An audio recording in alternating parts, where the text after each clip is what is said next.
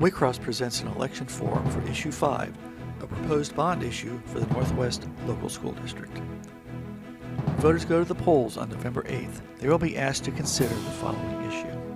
Shall bonds be issued by the Northwest Local School District for the purpose of paying the local share of school construction under the State of Ohio Expedited Local Partnership Program and the costs of other school facilities and improvements thereto, known as locally funded initiatives, together with, as applicable, new construction, improvements, renovations, and additions to school facilities, including preschool, elementary, and middle schools, and providing equipment, furnishings, and site development and improvements, and all necessary appurtenances therefor, including modern technology and safety and security measures, as well as capitalized interest in the principal amount of $175,850,000 to be repaid annually over a maximum period of 38 years, and an annual levy of property taxes to be made outside the 10 mil limitation, estimated by the county auditor to average over the repayment period of the bond issue 4.98 mils for each $1 valuation,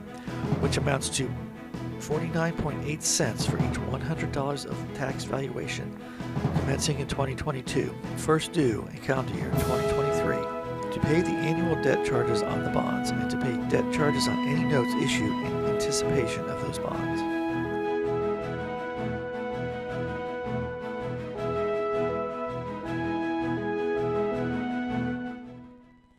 Welcome to another Waycross Election Forum.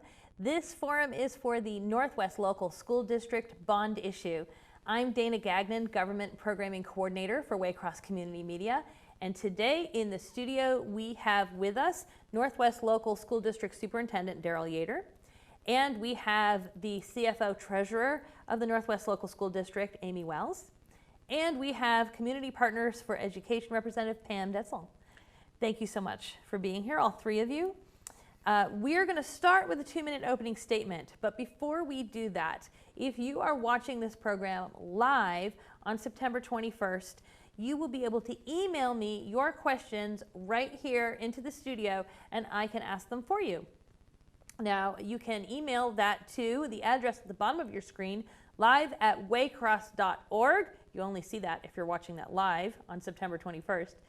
We have a couple rules for those questions. You must be a Northwest Local School District resident to ask a question, which means when you send your email, please include your name, your street address, and your town. I will not read all those on the air. We just want to make sure the questions are really coming from the Northwest Local School District. And now that we have that down, let's start with a 2-minute opening statement to introduce this issue. And can you help us with that, Mr. Yater? Sure, I'd love to, thank you. And thank you for the opportunity to be here tonight. We are excited to be able to be here to share information about the bond issue. We want to really take the time to make sure that all of our community members understand the facts of the issue, understand the needs of the district, and really are aware and informed about the issue in front of them when they go to the ballot. So we have a lot of things to share in terms of where we've been as a district, the journey that we're on, and not just where we're going next, but where we're going in the future. So we're excited to be able to share all that information with you tonight to really inform our community. Now, this bond issue is part of the bigger picture, as you mentioned, of the master facility plan. So, Amy, can you tell us about this master facility plan and what families expect in the phases? Yes, so as a school district, we always maintain and update our master facility plan. In 2014, we completed phase 1 of our master facility plan, and in 2021, we went out to our community to update our master facility plan. And as part of that update, our community recommended to our Board of Education that we implement phase 2 right now, and then had a recommendation for phase 3 in the future. And what our families can expect with phase 2 is that we will have a new Colerain Elementary, a new Colerain Middle School, a new Pleasant Run Middle School. We'll renovate Montford Heights Elementary and also have a new preschool. And the Northwest Local School District now has, as we just ran the text for, a bond issue on the ballot. Can you explain that a little bit more, how that connects? Yes, so in July, the Board of Education approved a resolution to proceed with our facility necessities. What that did was it put a $175 million bond on the ballot in November. That is a 4.98 mil levy. But we also align that with the rolling off of our Montford Heights bonds that will roll off in December of 2022. So that will be a real feel of less than 4 mils. Excellent.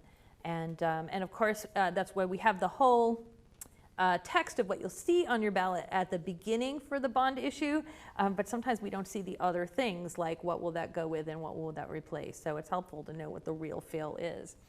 Mr. Gator, you mentioned that phase 2 of the master facility plan is what we're talking about. Can you walk us through what this phase will bring and what priorities that phase addresses?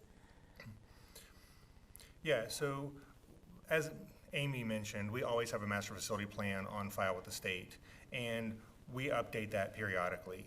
In 2014, we had a plan on file that we used that built the 3 new elementaries. We updated that in 2021, and when we updated that, we had over 200 community members and staff who worked with us to co-create the update to that plan. And that allowed us to really dig into what are the current, not just facility needs, but educational needs of the district, so that we could really match what our staff and our teachers need in order to educate students and make them prepared for the 21st century, as well as what our buildings should do to help facilitate that learning.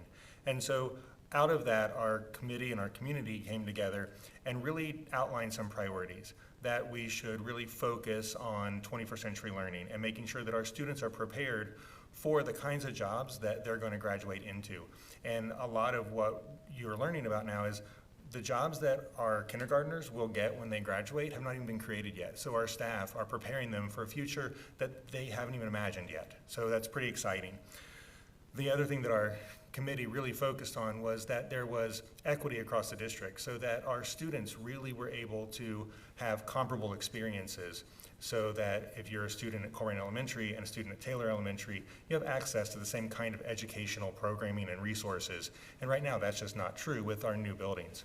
And then as our students matriculate through, we want to make sure that they continue to have access to that same kind of learning environment that fosters collaboration, innovation, small groups. So we really wanted to make sure that as the committee came together with their priorities, we were able to honor that with the plan that they put forth to the board.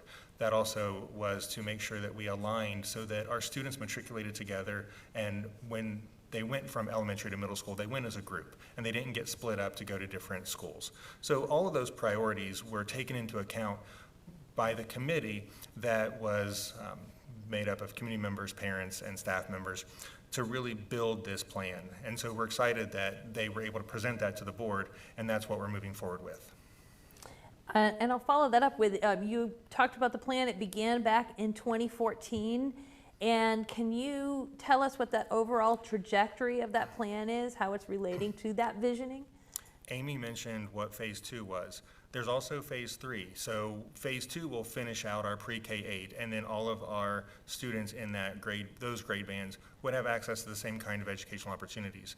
One of the things that when we surveyed our community that didn't come back with a consensus was around our high schools. And so phase 3 is our high school model, really looking at do we want to maintain a 2 high school model, move to a 1 high school model? And we don't have consensus on that, but we know that phase 3 will be the phase that we address our high school needs.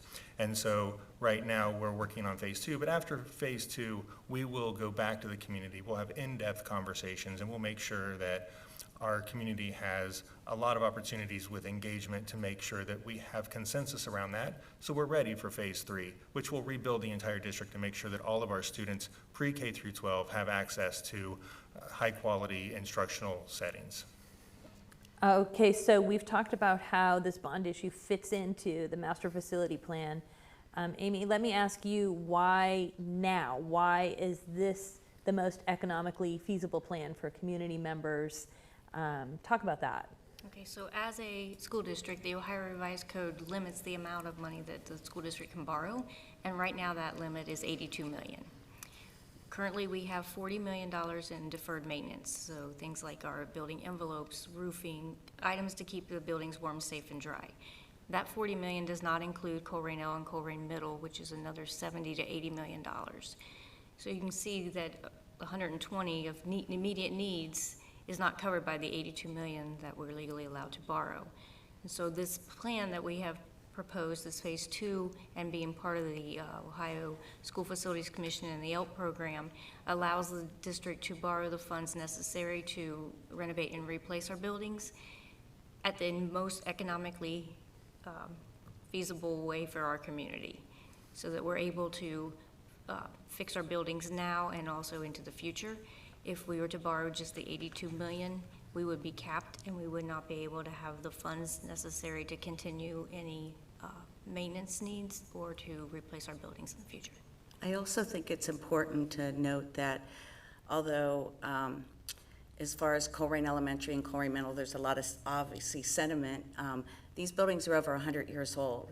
So if we're going to be, responsible fiscally to keep putting money into repairs and to buildings that we can't even offer the students the same opportunities that our other elementaries are getting, that's just not the right thing to do. So it's very important that we move forward and take advantage of the money and the OFC money and the building at this time. Well, I'm going to pause for just 1 minute because we are already past halfway into the program. So I just want to make sure that anyone watching this live on September 21st, you can email me your questions about the Northwest bond issue. The email address is at the bottom of your screen if you're watching it live. That is live@waycross.org. And if you do, I'll get that right here in the studio and I can ask your questions for you. But in the meantime, Pam, I'm going to come back. You're here from Community Partners for Education. And so from a community perspective, can you talk about what are the benefits to this bond issue? Why should the community support this? Absolutely. First, I'd like to say Community Partners for Education is made up of parents, community members, staff, students, business owners, all working in the same goal, with the same goal as to support, in this case, the bond levy for the Northwest Local School District. And why is it important? Now, I think going back to what Amy said, timing is everything. And, we want to stay positive and work hard to get this passed in November, but if something would happen and it wouldn't pass and we'd have to come back to the voters in March, now we've got all of these repairs that need to be done. We've got to figure out the money to fix them and come up. It's just going to cost us more and more money. For people that don't realize, every time you put up a levy, it costs money. Community Partners in Education is always working hard to raise money for awareness, signs, literature, etc. And the kids deserve the best, and we need to take advantage of this timing now. Thank you. I appreciate that. I want to ask you, well, first of all, Daryl, if people have more questions, there's a lot of aspects to the master facility plan, to the issue. Where can they go for more information? So they can always go to our website. If you go to nwlst.org, there's a button on the homepage where you can click. It'll give you all the information, break it down. There are videos on there that really break it down into understanding the different aspects of the plan, as well as a lot of text if that's better for you. That's excellent. A lot of folks will need to see things visually, and we're talking about it, but it's great to have a place where there are some graphs and some images and charts and numbers, and that's another great resource to look at. Amy, I want to ask you, you mentioned the ELLP program, which allows the district to earn credits. How many credits has the district earned? Will you potentially earn with phase 2? What does this mean for the district? So in phase 1, we were able to earn $16 million in credits to use towards a future project. And in phase 2, we'll be looking to earn between $30 and $40 million in credits so that we can combine those two and use that money into phase 3. Excellent. That's really helpful because sometimes when we talk about all of these details in bond issues and master facility plan phases, there are phrases like ELLP programs that we say. Could you help us with that? What does that mean? Could you explain that a little bit more? And Dana, I think important piece is this is coming out of the Ohio School Facilities Commission. Okay. And it's been in existence for quite a while with the goal of rebuilding schools across the state of Ohio from the poorest districts to the richest districts on a sliding scale where as they go through the state rebuilding schools, they contribute a portion to the rebuilding of those schools. We as a district are still in line for those funds, and as you wait in line, you have the ability to earn these credits that Amy mentioned.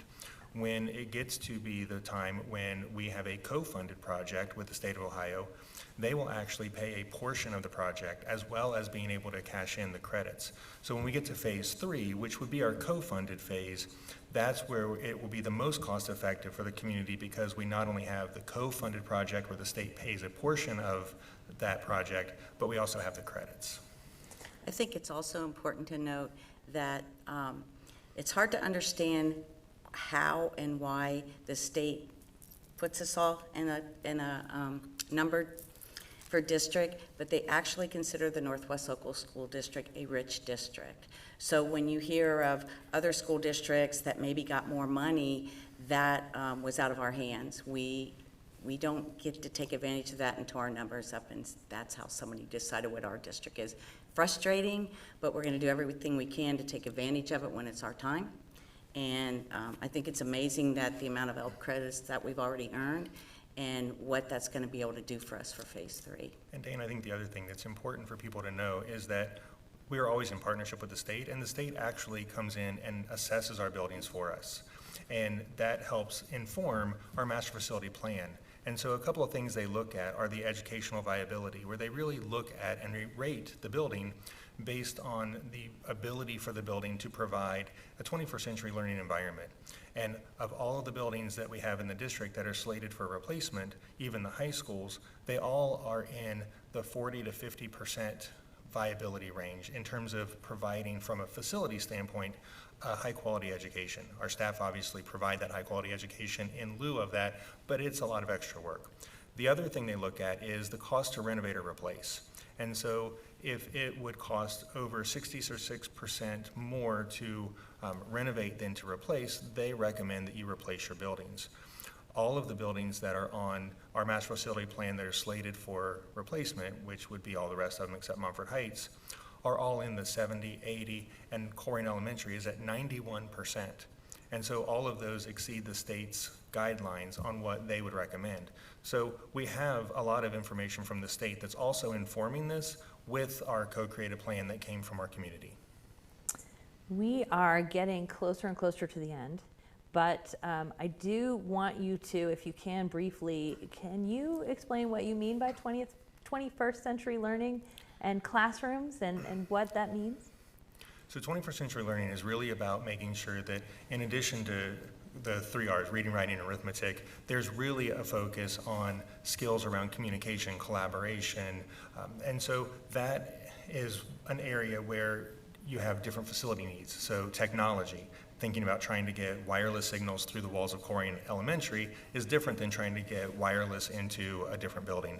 And that also involves the different kinds of flexible spaces, being able to have spaces of different size that can flex, different ways to use the space so that students are getting small group, whole group, individual intention, and the ability to interact with the real world in ways that are meaningful related to their curriculum. So there's a lot of ways to kind of approach 21st century learning, but the buildings can help facilitate a much more natural extension of that when they're aligned with the instructional vision. We're also going to have an evening, not sure if it's going to be a day or evening yet, but in the future, prior to the levy, an opportunity for community members to tour Corrigan Elementary and Corrigan Middle and really see behind the scenes, you know, what the maintenance department, teachers, even students are dealing with. We did this over 20-something years ago with the old Mumford Heights, and I think it really opened up a lot of people's eyes when they see it's a little distracting for kids to be sitting in a classroom and water's dripping from, you know, maybe the upstairs. So keep your eye out on our website. We're in the process of planning all of that, and we're hoping that people take advantage and come in and see the tours. Well, I appreciate that because now we have a website we can go look at for more information and an opportunity to go in person to go get more information. And that's what we're here to do, is get people as much information as they need before they have to look at something on their ballot. We are almost to the end, but Daryl, I'm wondering if you could give me 1 minute. What do you really want the residents to take away from this? So I think the thing that's important for me is that people understand that this plan was co-created with the community, and that we're promoting the needs of the community, and that we're doing it in a way that's fiscally responsible. We're maximizing all of the opportunities we have to earn credits at the state level that will help co-fund a future project.